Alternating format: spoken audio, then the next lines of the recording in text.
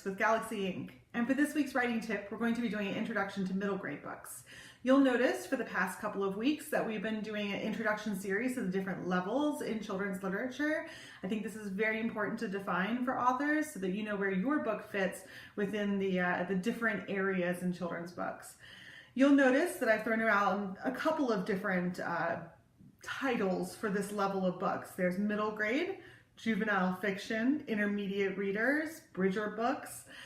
All of those things are part of the same level. So the area that we're talking about is basically books that are aimed for elementary school students. Students that are already reading, they can read full-on chapter books that don't have any pictures in them or very few pictures. Typically, the characters in middle grade fiction are anywhere between the ages of 8 and 12.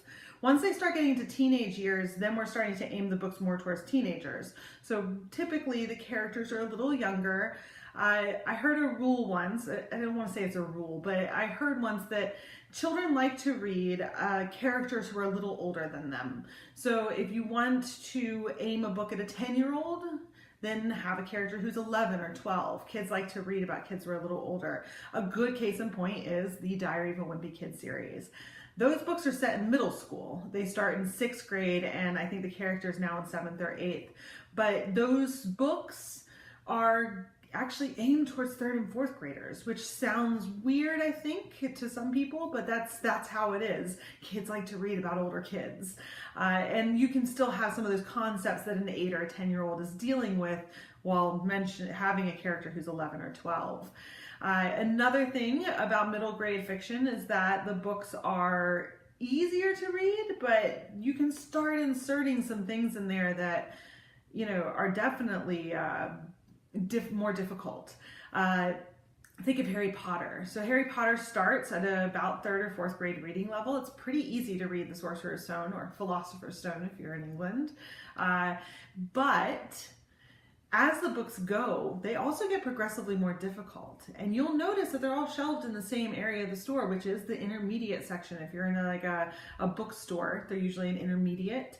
If you're in a library, they're called juvenile fiction. But as those books go, they get harder and harder and thicker. But they're all still considered intermediate stories. A lot of people are very familiar with intermediate books because of the Newbery Awards. Newberys have been going on for decades, and every year there is Newbery Award winners and honors. Those books have become famous in a way. They're assigned at school, the kids are required to read them. I think that they're very important books. They're often very what I would call literary. It's not that fantasy or sci-fi, and other genres don't make it into there, because the Westing game is a mystery and it's definitely part of the Newbery Award-winning set. But I will tell you from experience that working in a bookstore, the kids don't gravitate towards those books. They gravitate towards Diary of a Wimpy Kid and Harry Potter and, some of these newer, flashier books. And, I love the fact that kids, should be choosing their own books at this age and picking things that speak to them and make them interested.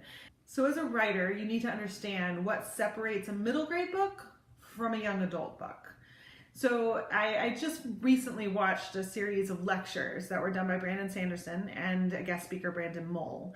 Brandon Mole writes middle grade, and he says that the difference between middle grade and young adult when it comes to romance is that middle schoolers and middle grade books have crushes, and they don't ever have sex.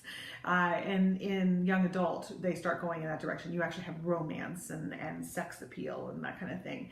Middle grade doesn't have that. We just have crushes, if any at all. It is not uncommon in a middle grade book to have children who are just friends with one another. It's purely platonic, and the characters go on adventures and have fun together. There's also a lot of sibling stories and that kind of thing, and you see a little bit of a deviation as characters get older, and that's right. I mean, as characters and real people become teenagers, they start to break away from their families and start to build independence. So having a lot of stories in middle grade, though, where they're still kind of dependent on their families and things like that, is just part of the name of the game. Just like with any level of reading, like adult literature, there are different genres within intermediate or middle grade books. There's mysteries, there's some fantastic, fun adventure stories and fantasy and sci-fi. There are serious books, and that's where I want to go next, is that you can talk about really serious things in middle grade books. Kids are going through things at 8 and 9 and 10 years old, and having books that they can relate to or know that they're not alone is really important. I love books that address disabilities, and they address mental illness and parents who are absent and divorce. I think all of those are very important for kids. One, to expand their world, even if they're not dealing with it. They're probably going to run into kids who are dealing with it, and having that little bit of understanding is really important.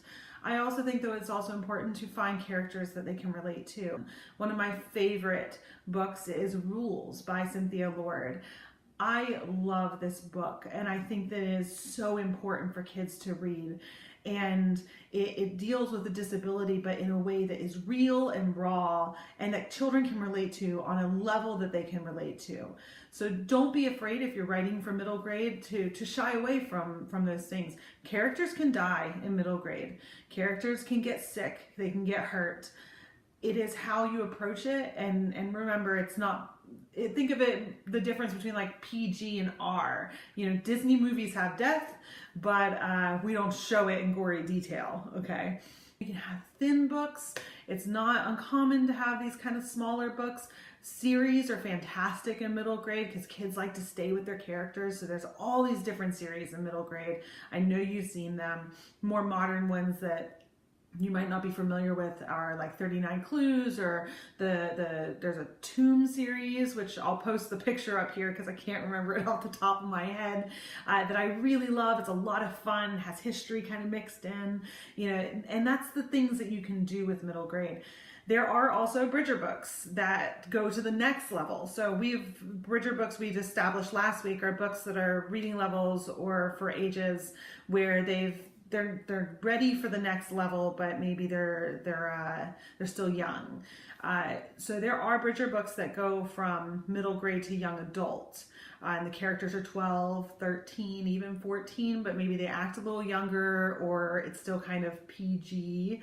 That said, there is such an interesting market of books out there. I challenge you to go to a bookstore and look through what's there. If you haven't already, you will see books like Fart Powder. And I know parents kind of roll their eyes at that, but kids love it. You know, they love the Wimpy Kids series. And, you know, the readers, the kids who really love to read, they're going to read anything that they can get their hands on.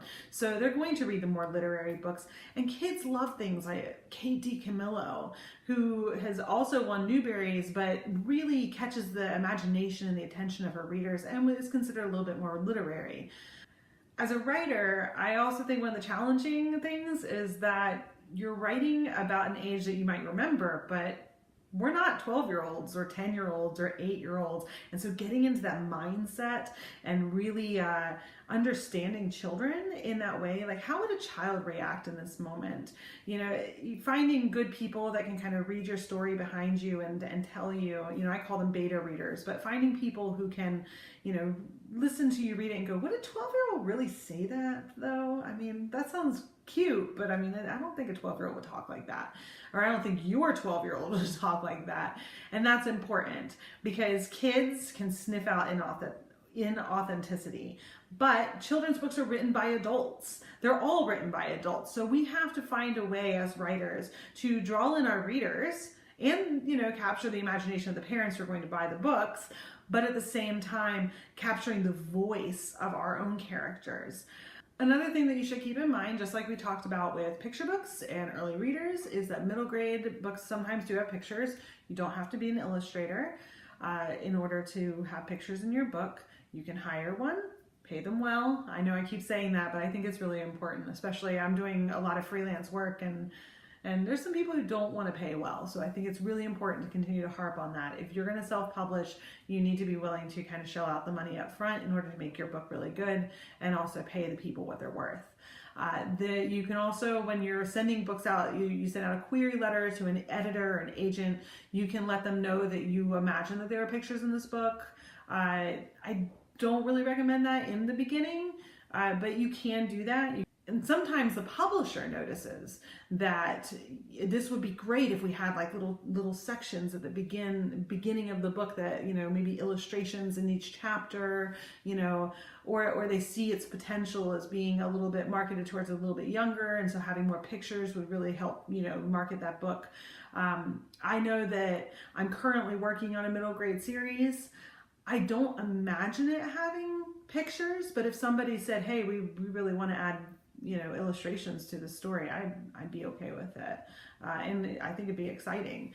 And finally, my last piece of advice, and I would hope that you know this, but I'm going to say it anyways. Don't assume that because your audience is an 8 or a 10-year-old that you need to talk down to them or be didactic. Middle grade has a bad tendency sometimes to be very didactic. It's preachy, preachy, preachy. Let's teach the children about, and then fill in the blank. I think that the most important part of writing is telling a good story.